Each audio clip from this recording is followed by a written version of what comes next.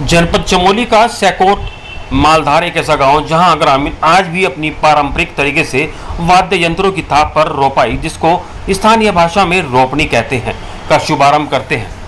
सैकोट मालाधार के ग्रामीणों ने प्रारंभिक पूजा अर्चना करने के उपरांत धान रोपाई का शुभारंभ किया। स्थानीय परंपराओं में ध्यान रख रोपाई के प्रत्येक दिन नाना प्रकार के सामूहिक भोज बनाए जाते हैं, जिससे रोपाई करने वाले लोगों को परोसा जाता है। मान्यताओं के अनुसार यह धान की रोपाई सिर्फ आषाढ़ माह की 9वीं तिथि के दिन या आज भी गढ़वाल क्षेत्र में नहीं की जाती, जिसके पीछे एक लोक कथा प्रचलित है। इसी के संदर्भ में हम आपको बताने वाले हैं। कालांतर में जीतू बगड़वाल नाम के राजा हुआ करते थे, जो बहुत वीर थे और दयालु थे, और ये खूबसूरत भी बहुत थे। किंवदंतियों के अनुसार आषाढ़ के महीने की 9 गति के दिन धान रोपनी नहीं करने को लेकर माना जाता है कि इस दिन रोपनी के सिरे यानी धान रोपाई के खेत में जीतू बगड़वाल की खूबसूरती पर फिदा होकर उनके प्राण 9 बहिने आछरियों यानी परियों ने हर लिए थे। जीतू और उसके बैलों की जोड़ी रोपाई के खेत में हमेशा के लिए धरती में समा जाते हैं। पहाड़ के सैकड़ों गाँव में हर साल जीतू बगड़वाल की याद में बगड़वाल नृत्य का आयोजन भी किया जाता है। बगड़वाल नृत्य और लोकगीतों में पहाड़ की अनमोल सांस्कृतिक विरासत है, जिसमें सबसे ज्यादा आकर्षण का केंद्र होता है बगड़वाल की रोपनी का दिन। इस दौरान रोपनी को देखने अभूतपूर्व जनसैलाब उमड़ता है। जीतू बगड़वाल के जीवन का 9 गते आषाढ़ की रोपाई का वह दिन अपने आप में बेहद वेदना का एक मार्मिक समृद्धि समाये हुए है।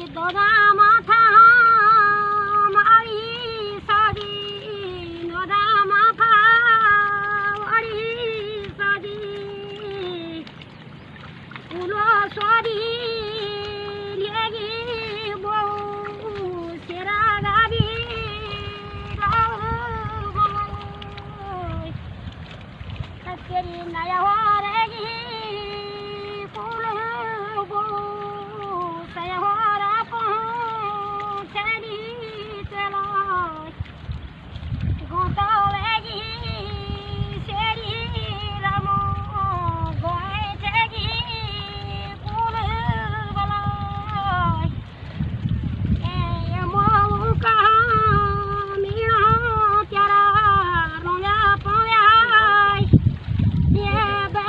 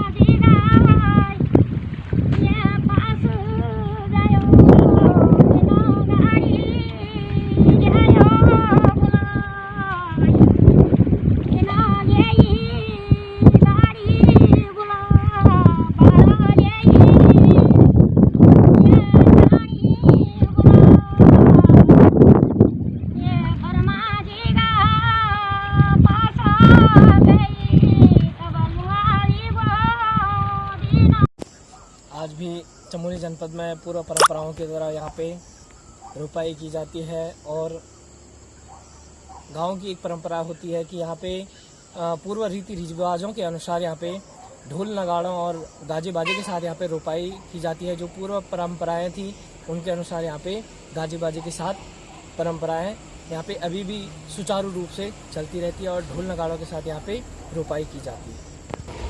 जैसा कि पूर्व मान्यताओं के अनुसार यहाँ पे माना जाता है कि 9 गते आषाढ़ मास के 9 गते को यहाँ पे रोपाई नहीं की जाती है, क्योंकि कहा जाता है कि पूर्व क्रमानुसार यहाँ पे जीतू बगड़वाल को आँचरी जो है वो हर की ले गई थी।